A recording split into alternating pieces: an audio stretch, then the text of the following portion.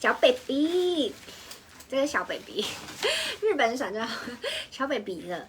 你知道这个是小 baby 的小魔，昨天就说这个是彩虹小马，真的太可爱了。对，小朋友要撑伞的话，它上面有一个彩虹小马，哎，很 Q 哎。重点是大家有点想说，它只有就是彩虹小马这么简单，它有尾巴哦。对，这个是我觉得小朋友如果已经会拿伞的话，就是可以买一支给他。重点是他还会唱歌呢，你看他手把上面有一个点，然后就这样。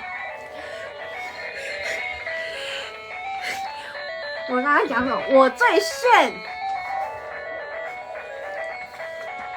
看很可爱，是不是很可爱？它除了就是可以当伞以外，它还可以唱歌哎。对，没关系，可以再生一个，开玩笑，真的。而且它这支比较不一样，因为它的这个它有做一个，它其实这个设计有做一个弹的设计，就是小朋友打开的时候是不需要太硬撑的啦，就是它是有一个设计，所以它跟大人的设计是稍微有点不一样。对，这很夸张，太可爱。然后它除了就是女生的彩虹小马以外，它其实还有男生的。对，男生不同款式，你们可以在那个上面看到，就是他是会唱歌，就是我觉得这可以让他们就是觉得拿雨伞也是一件非常非常开心的事哎，就不用再抱在身上，你可以自己走。